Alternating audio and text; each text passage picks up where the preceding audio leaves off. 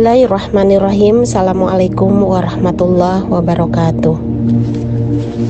Dengan menyebut nama Allah yang Maha Pengasih lagi Maha Penyayang, dan orang-orang yang menyimpan emas dan perak dan tidak menafkahkannya pada jalan Allah, maka beritahukanlah kepada mereka siksa yang pedih. Pada hari dipanaskan emas dan perak itu dalam neraka jahanam, lalu dibakar dengannya dahi mereka, lalu dikatakan kepada mereka, inilah harta bendamu yang kamu simpan untuk dirimu sendiri, maka rasakanlah sekarang apa yang kamu simpan itu.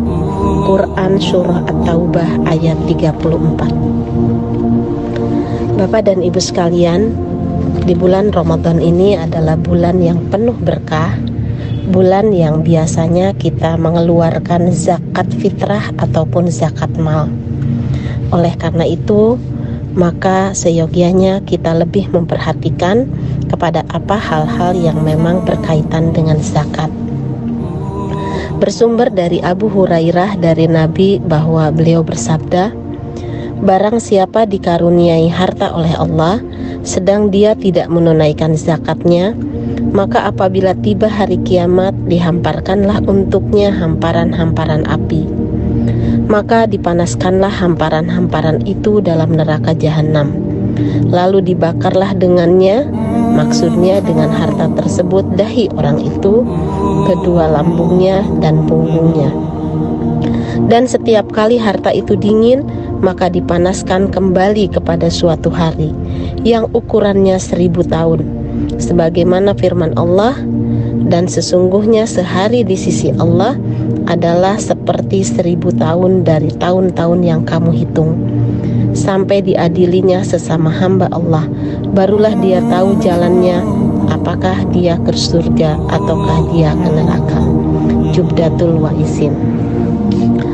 Sesungguhnya Allah menggandengkan antara sholat dan zakat dalam kitabnya, seperti aqimus sholah wa atuz zakah, dirikanlah sholat dan tunaikanlah zakat.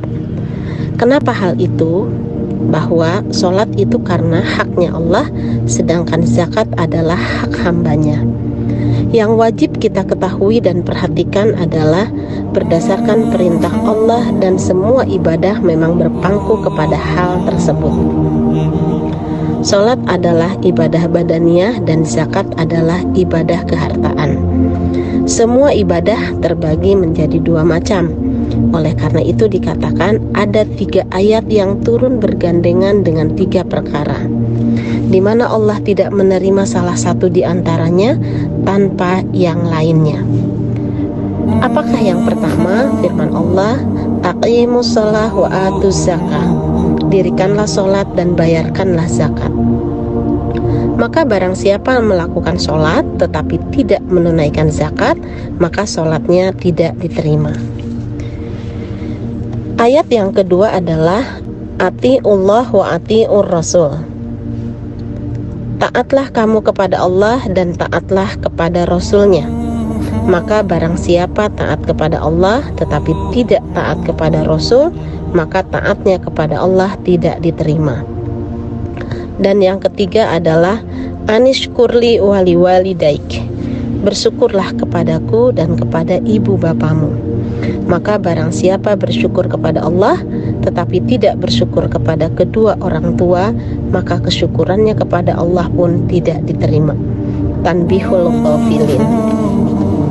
Bapak dan Ibu sekalian, bulan Ramadan bulan yang penuh berkah, bulan yang dimana Allah melipat gandakan semua pahala yang memang kita kerjakan, baik itu sholat sunnah maupun sholat wajib. Begitu juga dengan sedekah, baik itu sedekah jariyah maupun sedekah yang berupa infak. Apalagi zakat yang menjadi kewajiban kita semua, terutama zakat fitrah dan zakat mal. Sebagaimana yang sudah pernah kita bahas pada Quran Surah Al-Munafikun ayat 10, Robbi laula akhartani ila ajalin qarib fa asaddaqa wa akum minas sholihin. Ya Allah, sekiranya Engkau bisa mengundurkan kematianku sedikit waktu saja, niscaya aku mau bersedekah dan Engkau mendapatiku orang yang soleh. Dalam tafsirnya dikatakan bahwa calon mayit menerima sebuah penyesalan karena dia melihat ada hutang zakat yang belum tertunaikan. Oleh karena itu, sebelum waktu tersebut terjadi kepada diri kita masih memiliki banyak kesempatan, apalagi di bulan Ramadan ini, untuk segera menunaikan zakat. Billahi fisabilillah. Assalamualaikum warahmatullahi wabarakatuh.